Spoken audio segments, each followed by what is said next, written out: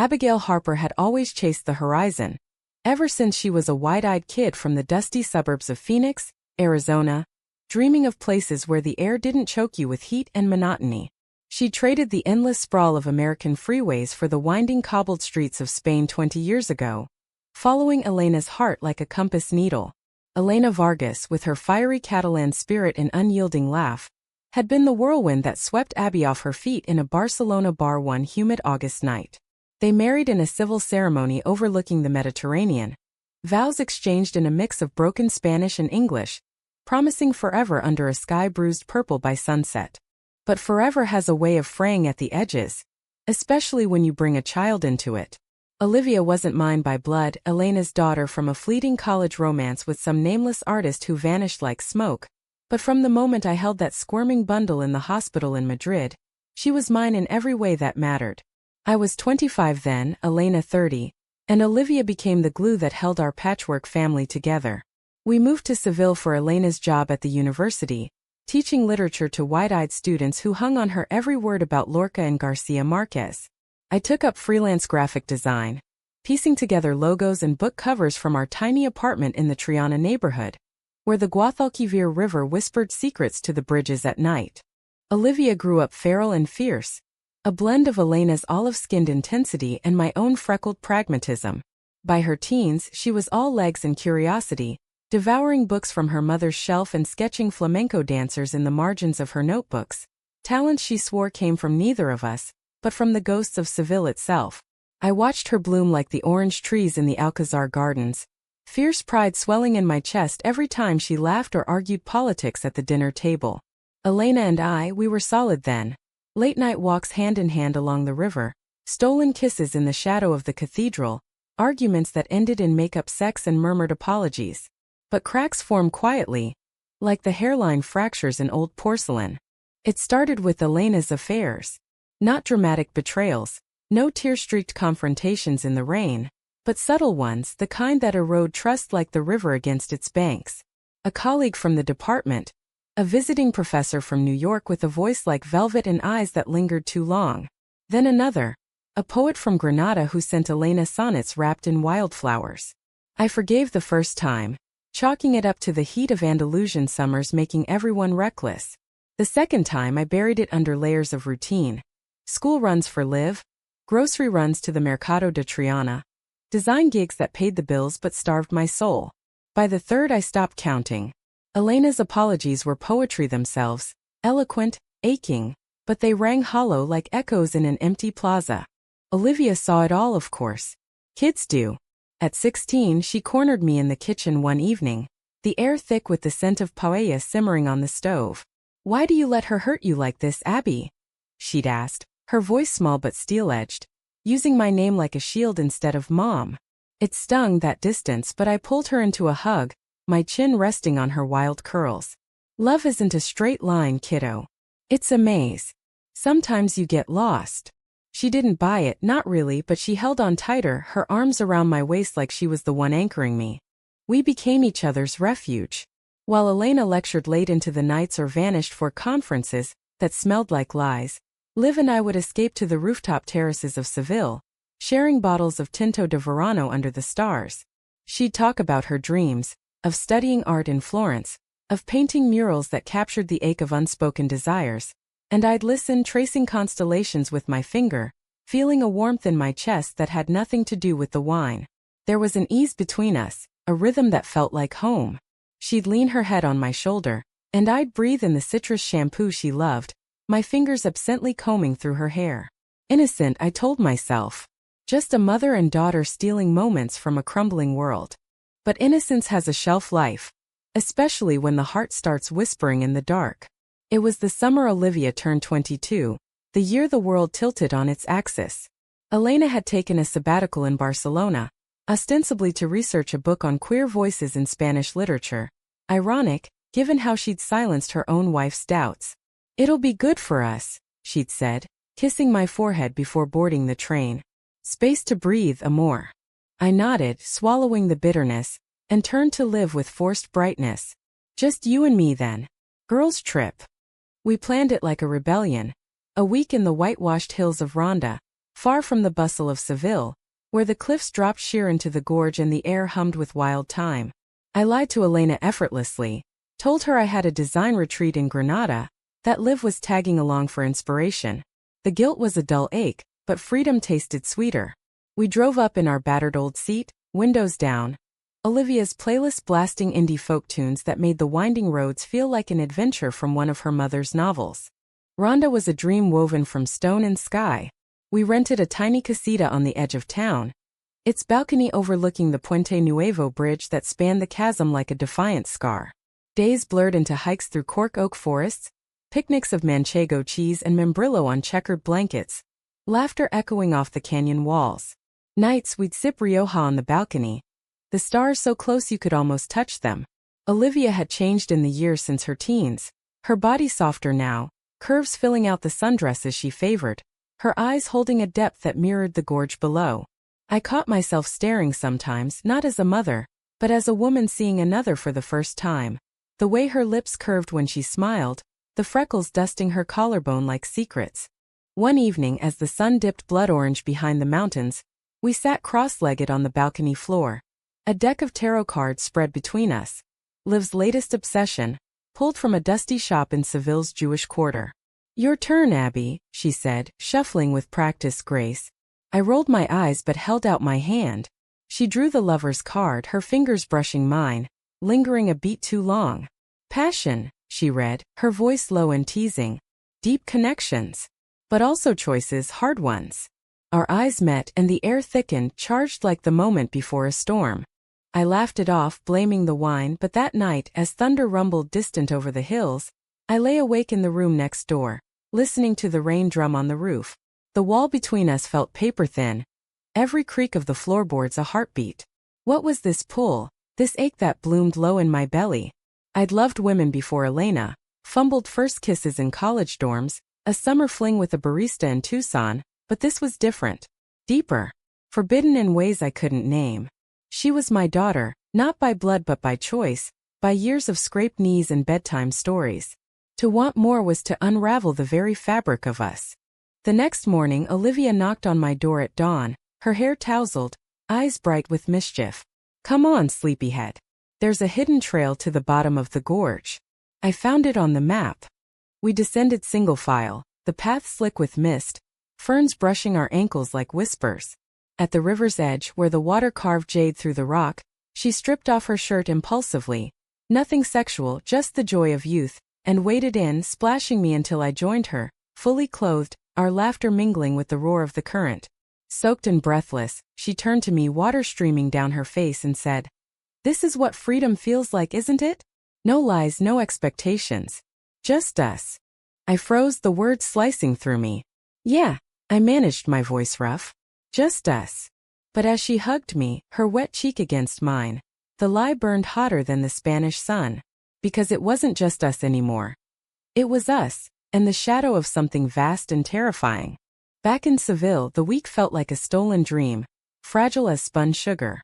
Elena returned tanned and effusive, bearing gifts of Sardana records and promises of renewal. "I missed you both," she said, pulling us into a group embrace that felt performative, her eyes not quite meeting mine. Olivia excused herself early that night, claiming a headache, and I lay beside Elena in our bed, staring at the ceiling fan's lazy spin, the scent of her perfume, jasmine and betrayal, cloying in the humid air. The lies piled up after that. I'd tell Elena I was working late, then meet Liv for coffee at the Café Alameda, where we'd talk for hours about everything and nothing. Her applications to art school in Madrid, my buried dreams of illustrating children's books, the way Seville's bells tolled like heartbeats at noon. She'd touch my hand across the table, casual as breath, and I'd feel the world narrow to that point of contact. Once, in the labyrinthine alleys of the Barrio Santa Cruz, she stopped mid-sentence, her face inches from mine under an archway dripping with bougainvillea. "Abby," she breathed, "do you ever feel like we're the only real thing in this city of ghosts?" I wanted to kiss her then, to taste the truth on her lips. Instead I stepped back, mumbling about the heat, and we walked home in silence, the space between us humming with unsaid words. Summer bled into autumn, the leaves on the plane trees turning gold like forgotten coins, and the tension coiled tighter. Olivia's acceptance letter from the Universidad Complutense arrived in a crisp envelope, emblazoned with Madrid's crest. She burst into the apartment one rainy afternoon, waving it like a flag of independence. "I'm going. In January." Elena swept her into a hug, pride lighting her face, but I saw the flicker, the way Liv's eyes sought mine over her mother's shoulder, a silent question. "Will you be okay without me?" I wasn't. The thought of her leaving carved a hollow in my chest, wider than the gorge in Ronda. Elena threw a celebration dinner at our favorite taberna in Triana, all tapas and tempranillo, toasts to new beginnings. But as the night wore on, with Elena charming the waiter with her stories and Olivia sketching caricatures on napkins, I slipped out for air, the cool mist off the river soothing my flushed skin. Liv found me leaning on the bridge railing, the Triana lights shimmering like fireflies on the water. "Escaping already?" she teased, sidling up beside me, her shoulder brushing mine. The contact sent a shiver through me, unrelated to the chill. "Just needed a breather," I said, forcing a smile. "Proud of you, Liv. Madrid's lucky to have you." She leaned her elbows on the rail, staring into the dark current below. "It's scary, you know? Leaving all this." Her voice dropped. "Leaving you." The words hung there, heavy as the fog rolling in. I turned to her, our faces close, the bridge's lamps casting soft halos around us. "You'll always have a home here," I whispered, my hand finding hers on the iron. Her fingers laced through mine, warm and sure, and for a heartbeat the world stilled. No Elena, no lies, just the pulse of river and rain. Then, headlights swept over us as Elena's laughter echoed from the taberna door. We sprang apart like guilty teens, but the damage was done. That night in bed, Elena's hand trailed down my arm, seeking connection. "You've been distant, amor," she murmured, her breath hot against my neck. "Is it the girl? Liv's news got you sentimental." I stiffened, guilt flooding me like the Guadalquivir in spring. "Something like that." I lied, rolling away. She sighed, the sound laced with resignation, and we lay there, two strangers in a shared bed. The betrayal came not from me, but from the unraveling thread of our marriage. I found the emails 2 weeks later, tucked in a subfolder on Elena's laptop she'd left open while grading papers. Not one affair, but a string of them, lovers in Barcelona, a student in Seville whose poems Elena had mentored into something more intimate. The words blurred on the screen. "Te extraño mi musa. When can we escape again?" My stomach churned, not with shock, I'd suspected, but with a weary finality. This wasn't salvageable. It was a corpse we'd both been propping up for years. I confronted her that evening, after Liv had gone to her part-time job at the local gallery. The apartment felt claustrophobic, the walls closing in as Elena paced the living room, her face a mask of defiance cracking into tears. "It's not what you think, Abby. It's passion, inspiration, things we've lost." She reached for me, but I stepped back, the chasm between us wider than ever. Lost? Or thrown away? My voice was steady, honed by years of swallowing hurt. "I'm done pretending, Elena. For Liv's sake, we'll keep it civil. But us? We're over." She crumpled onto the sofa, sobbing, but there was no fight left in me. I walked out into the dusk, the streets of Seville alive with buskers playing guitar under the arches, their melodies a balm on my raw edges. I ended up at the gallery, where Olivia was arranging canvases of abstract nudes, bold strokes of crimson and indigo that mirrored the chaos in my soul. She looked up, surprise softening to concern. "Abby, what's wrong?" I broke then, the dam shattering in the quiet back room amid the smell of oil paint and turpentine. She pulled me into her arms without a word, holding me as I wept for the marriage I'd outgrown, for the family I'd fought to hold together. "It's okay," she murmured, her hand stroking my back in slow circles. "I've got you." In that embrace, something shifted irrevocably. Her touch lingered, her breath warm on my hair, and when I pulled back, our eyes locked, hers dark pools of empathy, mine stripped bare. "Liv," I started, but she silenced me with a finger to my lips, her own trembling. "Don't say it yet," she whispered.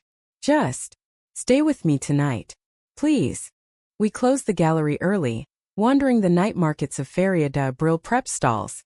Even though the festival was months away, strings of lights twinkled overhead, vendors hawking churros and handmade fans painted with gypsy queens.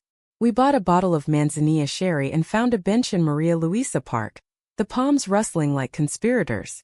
She talked first about her fears of Madrid, of losing the only stability she'd known in a home fractured by Elena's wanderings. You've always been my constant, Abby. The one who stayed. I took a swig from the bottle, the sherry sharp on my tongue. And you've been my light, kiddo. Even when everything else went dark. Our knees touched and neither of us moved away. The air hummed with cicadas, the distant strum of flamenco from a nearby pena. Emboldened by the alcohol and the ache, I confessed fragments. The affairs, the confrontation, the hollow shell of my marriage. She listened without judgment, her hand on my knee now, a steady anchor. When the sherry was gone, she stood, pulling me up. Come home with me, she said. Not to our apartment, but to the tiny studio she'd rented above the gallery, a secret space for her art and independence.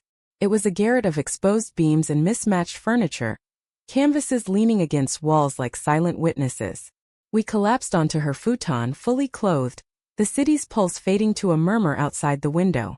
She curled against me, her head on my chest, and I wrapped my arms around her, breathing her in, paint and possibility.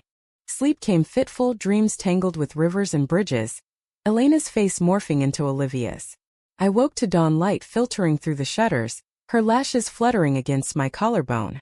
Panic surged, what have I done? But then she stirred, smiling sleepily, and murmured, Morning beautiful. The word hung, intimate, and instead of pulling away, I traced her jawline with my thumb, marveling at the softness of her skin. We spent the day there, a stolen interlude. She sketched me while I read Lorca aloud, her pencil capturing the lines around my eyes, the curve of my mouth. You look free, she said, holding up the drawing. In it I did, unburdened, alive. Lunch was figs and bread from the market, eaten cross-legged on the floor, our feet tangled. Conversation flowed like the sherry. Dreams deferred, desires unspoken. What do you want, Abby? She asked, her voice soft as the afternoon haze. You, I admitted, the truth slipping free. But I can't. Why not? She set the sketch aside, crawling closer, her hands framing my face. We're not blood. We're choice. And I've chosen you 1,000 times. The kiss was inevitable. A slow burn that started as a brush of lips, tentative, questioning, and deepened into certainty. Her mouth was warm, tasting of figs and longing, her fingers threading through my hair. It wasn't lust. It was recognition, two souls aligning after years of orbit. We broke apart breathless, foreheads pressed together, the weight of it settling like dew. But Elena, I whispered, guilt clawing back. She's broken us both, Liv said fiercely. This is ours. We didn't cross into the physical beyond that kiss. Not yet, not with the specter of betrayal looming. But the promise lingered, a flame banked but burning. I lied to Elena again that night, claiming a deadline crunch, and stayed with Olivia until midnight, talking until our voices grew hoarse, mapping a future from the ruins.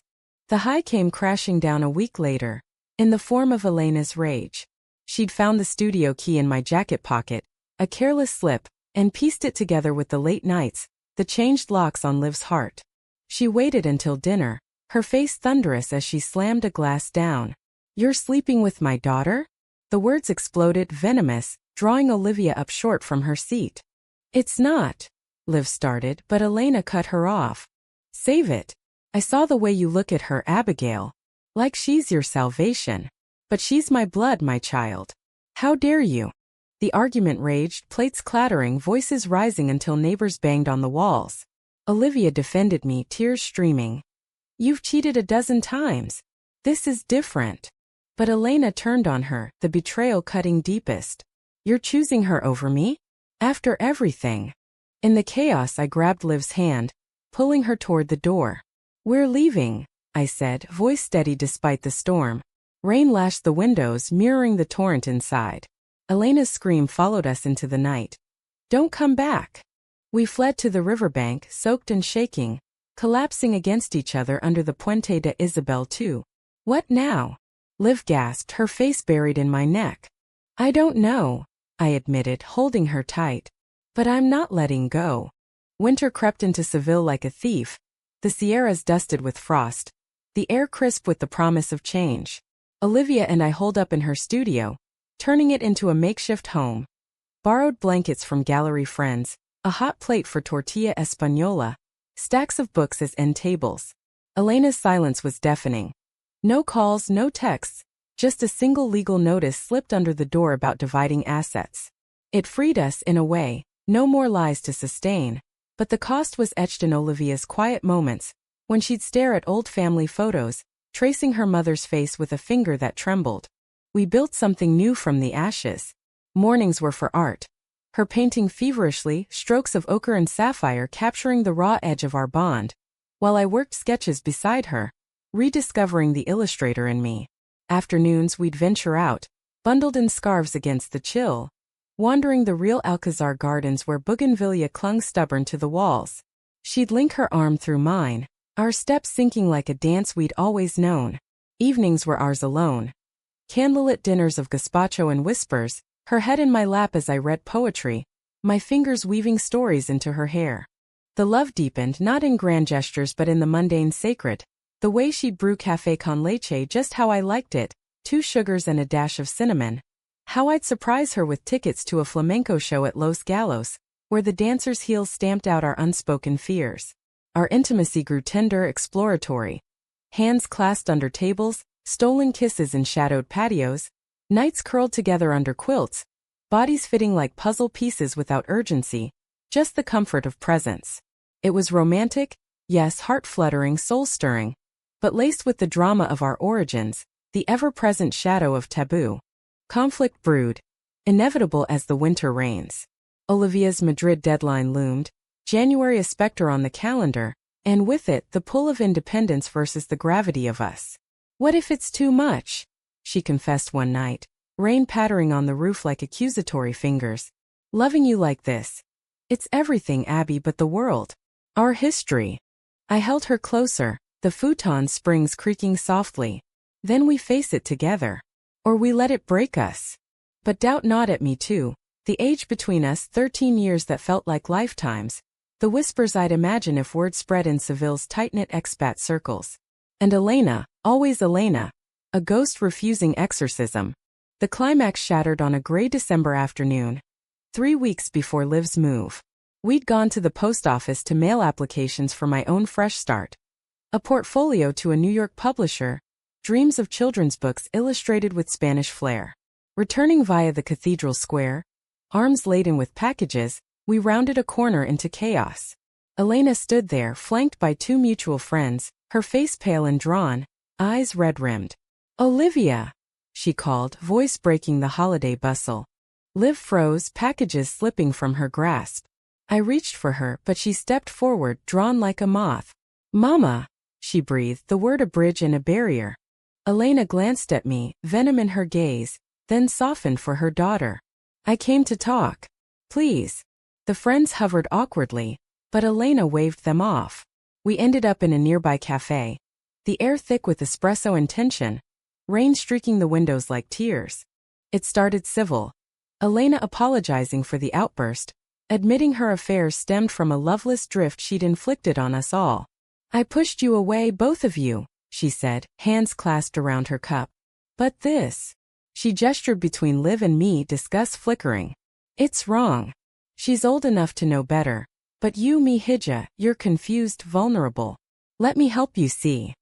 Olivia bristled, her chair scraping back. "Confused? I've never been clearer. Abby's the only one who's ever truly seen me, loved me without conditions. You were too busy chasing your muses to notice." Elena's face crumpled, hurt lancing deep. "I gave you life stability. She gave you scraps, lies to cover her own mess." The words ignited the powder keg. I interjected, voice low but firm. "Enough. You broke us, Elena. Don't rewrite history to suit your guilt." But she turned on me, eyes blazing. "You seduced her. My daughter, the child we raised. For what? A midlife crisis? You lied to me for months, sneaking around like teenagers. You're the betrayer here." Olivia stood, chair toppling. "Stop. It's not betrayal. It's survival." Tears welled, her voice cracking. "I love her, Mama. Not like a mother. Like everything." The cafe fell silent, patrons averting eyes, the drama unfolding like a telenovela. Elena recoiled as if slapped, then rose, coat swirling. Then you're dead to me. Both of you. She stormed out into the rain, leaving a void that echoed. Olivia collapsed against me, sobs racking her frame.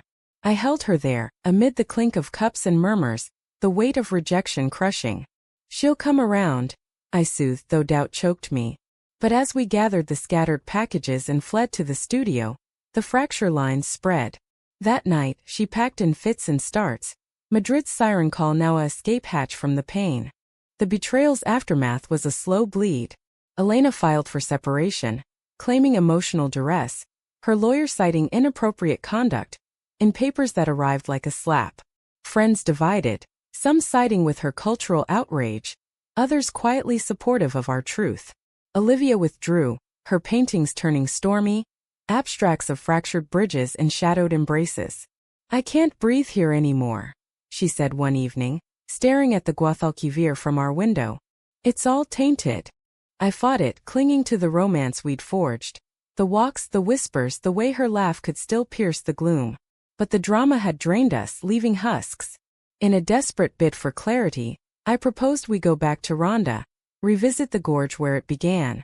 One last chance, I begged. She agreed, eyes hollow. The drive was silent, the road slick with December drizzle. At the casita, memories flooded. The tarot cards, the river plunge, the kiss that sealed us. We hiked to the bridge at dusk, the chasm below a yawning mouth. Rain started, soft at first, then relentless, mirroring the storm in her eyes. I lied to myself, she said suddenly, voice barely audible over the wind, about us being enough. The world won't let us forget the age, the history. And now, Mama, it's poison everything. My heart seized. Leave? No. We can build new Madrid, New York, anywhere. She turned, rain streaming down her face, beautiful and broken. I love you, Abby. God, Ido. But love isn't always a rescue. Sometimes it's a mirror, showing you what you can't fix. She cupped my face, thumb brushing my lip, echoing our first kiss. This moment with you here, it's worth the lie I told myself. But I have to go alone. The high climaxed in that rain-soaked goodbye, her lips on mine fierce and final, a torrent of passion and farewell. She pulled away, eyes fierce with resolve, and walked back to the car, leaving me on the bridge, the gorge whispering condolences.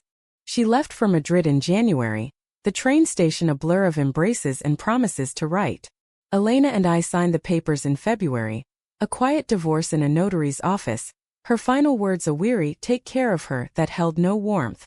I sold the apartment, moved to a sunlit flat in Granada, closer to the Sierras, and poured my grief into illustrations. A children's book about two wanderers finding home in each other, not as lovers but as souls intertwined. Olivia thrived in Madrid. Exhibitions, lovers who came and went, letters filled with sketches and stories. We met sporadically, cafes in neutral cities, walks where hands brushed but didn't hold. The love lingered, transmuted into something human, enduring. Not possession but release. Elena softened over time. A tentative Christmas card arriving one year. An olive branch in ink. In the end, the lies weren't the villain. They were the bridge to truth. I lied to my wife for that moment with my daughter, but it gave us both wings. And in the quiet of my Granada mornings, coffee steaming as the Alhambra gleams across the valley, I find peace. Love, in all its dramatic, heartfelt mess, isn't about holding on. It's about letting go beautifully so the heart can heal.